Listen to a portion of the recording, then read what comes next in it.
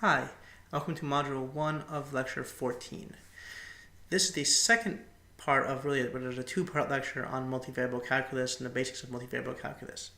In the first part, Lecture 13, we discussed the core ideas of multivariable functions, partial derivatives, and multi-dimensional integrals, multivariable integrals.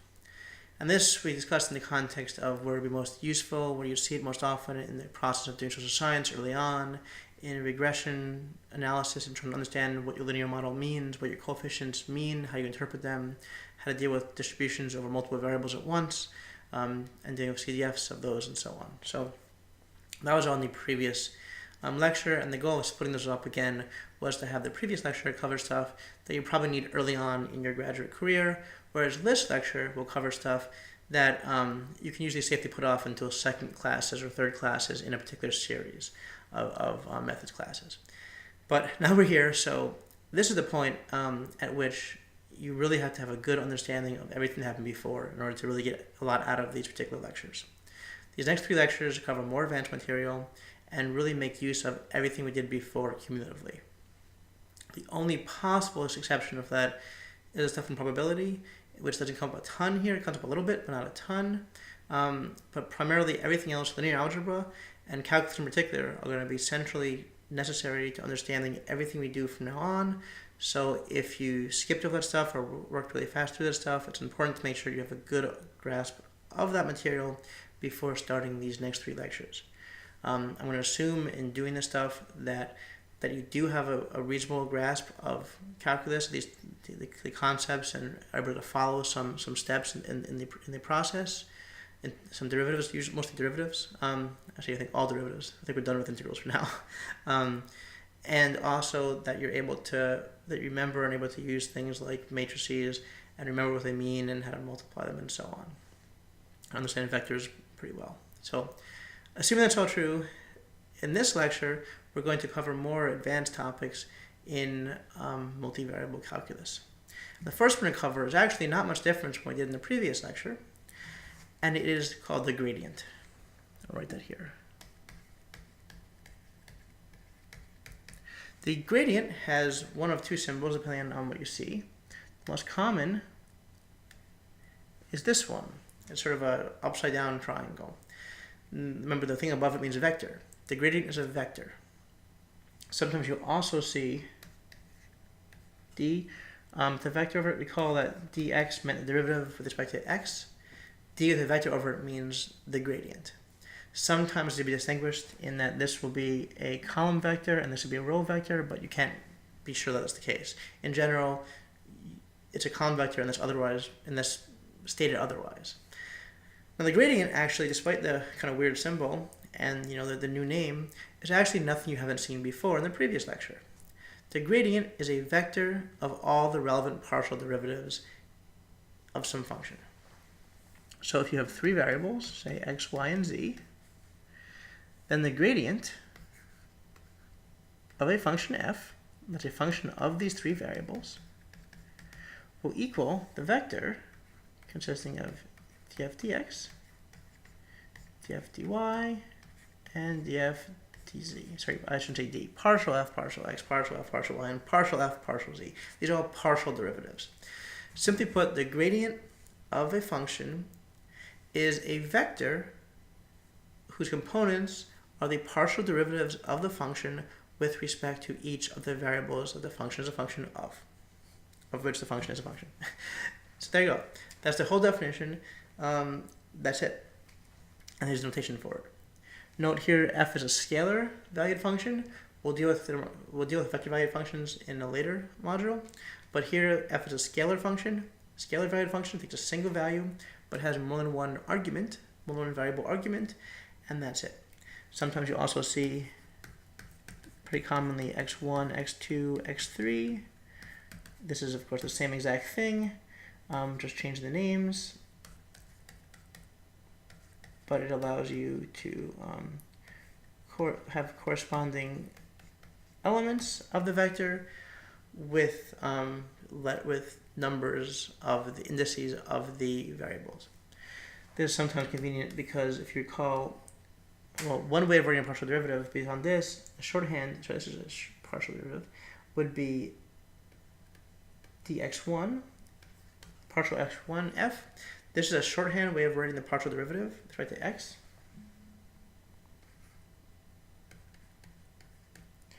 And it's sometimes useful for writing out, particularly when you have limited space and you don't want to write the whole big partial over and over again. So this is a way of shorthand. So in other words, this is the same thing as writing this, and you'll see that sometimes too. Okay, you will see that early on, you'll see it later on in some more advanced work, which is why we didn't talk about it in the previous lecture. Okay, so there you go. That's notation, and this is what it is, sort of the definition of the gradient. So now, what is the gradient? And why do we care about it? Okay, let's answer the second one first. We care about the gradient primarily for one reason, and one reason only, which is it keeps track of all the partial derivatives, which is important at times. One time that's very important is when you're trying to maximize a multidimensional function.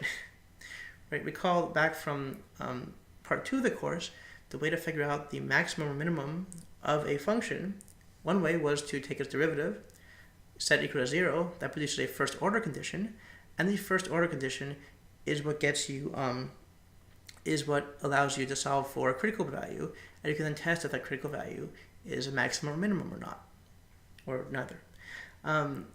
The gradient serves the exactly analogous purpose when looking at multidimensional functions.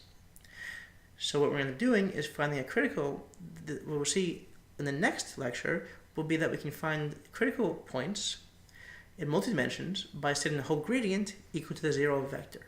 In other words, each of the partial derivatives will be individually set equal to 0, and you solve each one individually for the relevant variable to find the critical point in each of the dimensions.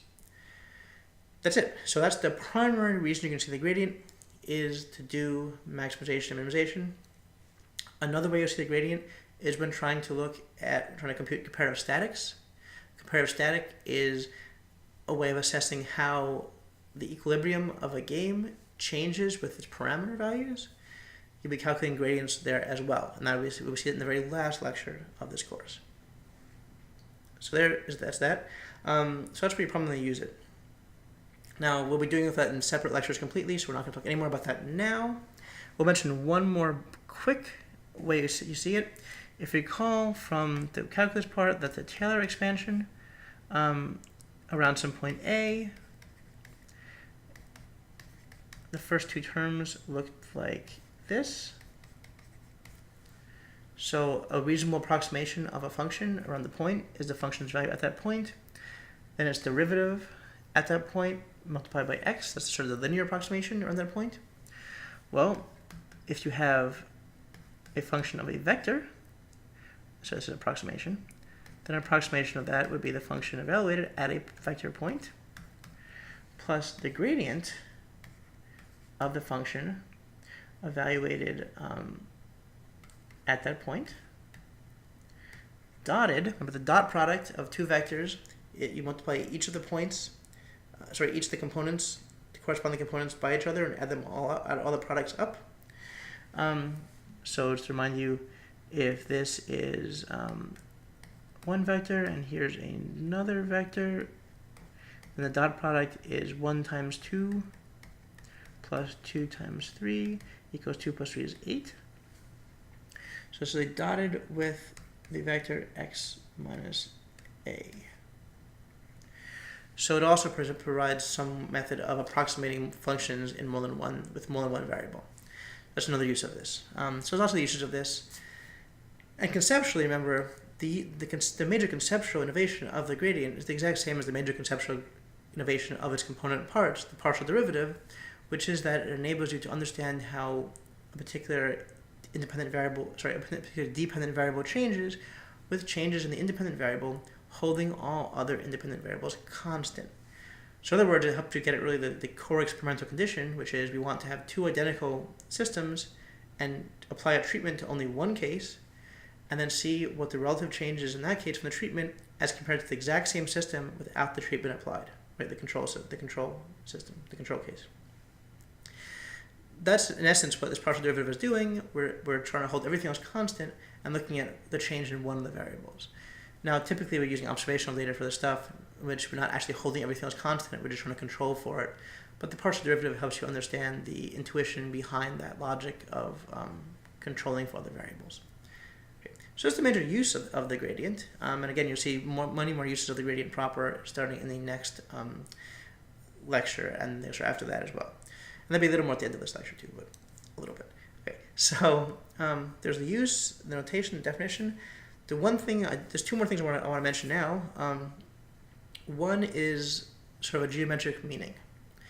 If the derivative of a function tells you the rate of change of the function at a particular point, evaluated point tells you the rate of change of the function at each point, and if the partial derivative tells you the rate of change of the function along a particular variable, holding all other variables constant, what does the gradient tell you geometrically?